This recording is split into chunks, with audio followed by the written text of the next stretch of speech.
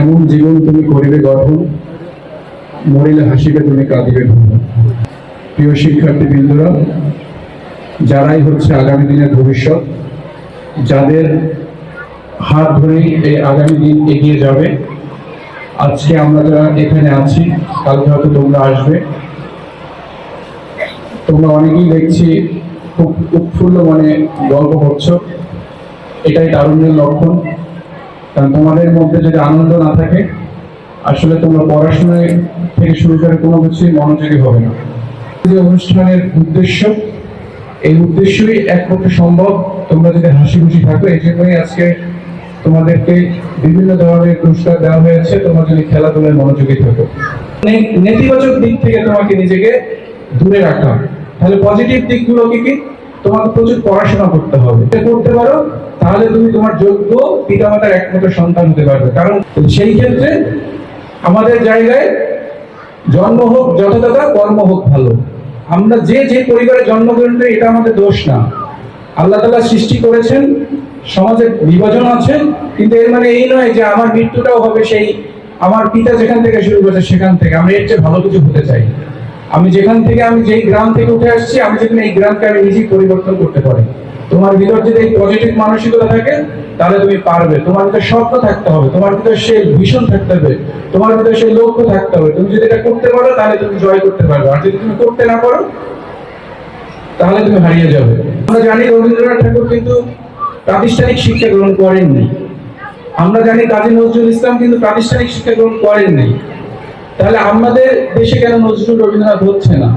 আমার একটা স্কুল আছে, আমার কলেজ আছে, তারপরেও কেন হচ্ছে না? কারণ হচ্ছে একটাই, আমাদের জ্ঞানের প্রতি আমাদের অনুরাগটা নাই। পড়াশোনাকে আমরা মনে করি কষ্টদায়ক বিষয়, আনন্দের সাথে করতে ভালোবাসি না, আনন্দের সাথে আমরা করি না। আমরা শুধু মুখস্থ করি, কিন্তু এর এসেন্স আমরা বুঝি না। আমরা বই একদিনে, তোমার মনে করো যারা দেখবে যারা খুব বেশি গল্পের বই পড়ে, তারা কিন্তু খুব নিমেষেই হচ্ছে এক রাতে একটা গল্পের বই শেষ করে ফেলতে পারে।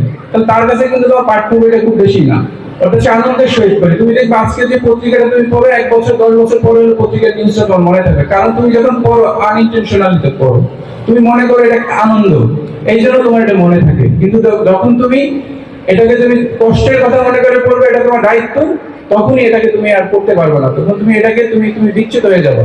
তা আসলে আমাদের লক্ষ্য ঠিক রাখতে হবে যে তুমি তোমার পরিবারকে কোন জায়গায় দেখতে চাও, তুমি তোমাকে কোন জায়গায় দেখতে চাও। আর দিন শেষে তুমি যখন একটা অপরাধ করবে, তোমার নামে মামলা হলে কি হবে? তুমি গ্রেফতার হবে। তোমার নামে কিন্তু একটা লাল কালি, একটা মামলা রেফারেন্স তোমার পড়ে গেল, তোমার সারাটা জীবন তোমার পঙ্গু হয়ে গেল। তোমার দ্বারা যেন ক্রাইম না ঘটে। আর একটা জিনিস করতে হবে, মানব সেবা। তোমার দ্বারা কোনো ভাই, তোমার প্রতিবেশী যেন ক্ষতিগ্রস্ত না হয়। কারণ স্বয়ং কোরআন শরীফে তুমি দেখো, ইয়া আইয়ুহাল্লাযীনা আমানু লা ইয়ামুতু ইল্লা মুসলিমিন, হে ইমানদারগণ, তোমরা মুসলিম না হয়ে মৃত্যুবরণ করো না। মুসলমান হওয়া কিন্তু এত সহজ না। কারণ তোমার প্রতিবেশী যদি তোমার দ্বারা ক্ষতিগ্রস্ত হয়, তাহলে কিন্তু তোমার মুসলমান তো থাকে না। তোমার ভাই যদি তোমার দ্বারা আঘাতপ্রাপ্ত হয়, তাহলে কিন্তু তোমার ঈমান থাকে না। সো ঈমানের সর্বোচ্চ স্তর তোমাকে যেতে হবে। তুমি যদি মুসলিম হয়ে থাকো, তুমি হিন্দু ধর্ম হয়ে থাকো, তাহলে তোমার গীতায় ওই কথাটাই বলা আছে, যে কথা তোমার ভাইকে আঘাত করা যাবে না। সবচেয়ে বড় মূল কথা হচ্ছে তোমাকে সাহসী হতে হবে। অর্থাৎ এভাবে তোমাকে কি করতে হবে? যতবার হত্যা করো আমায়, জন্মাবো আবার, দারুণ সূর্য হবো, লিখবো নতুন ইতিহাস। আমাদেরকে দমন এত সহজ নয়। আজকে আমরা এখান থেকে প্রতিশ্রুতিবদ্ধ হব যে আজকে আমরা সকল সামাজিক বিশৃঙ্খলার প্রতি, অন্যায়ের প্রতি, অবিচারের প্রতি আমরা একতাবদ্ধ থাকবো। আমরা পজিটিভ চিন্তা করব, আমরা পড়াশোনা করব, আমাদের জীবনে একটা লক্ষ্য থাকবে, একটা উদ্দেশ্য থাকবে, একটা গোল থাকবে। আমরা যে অবস্থানে থাকি না কেন। আর একটা হচ্ছে আমাদের পড়ার অভ্যাস তৈরি করতে হবে। সবাইকে ধন্যবাদ জানিয়ে আমার বক্তব্য শেষ করছি। আসসালামু আলাইকুম।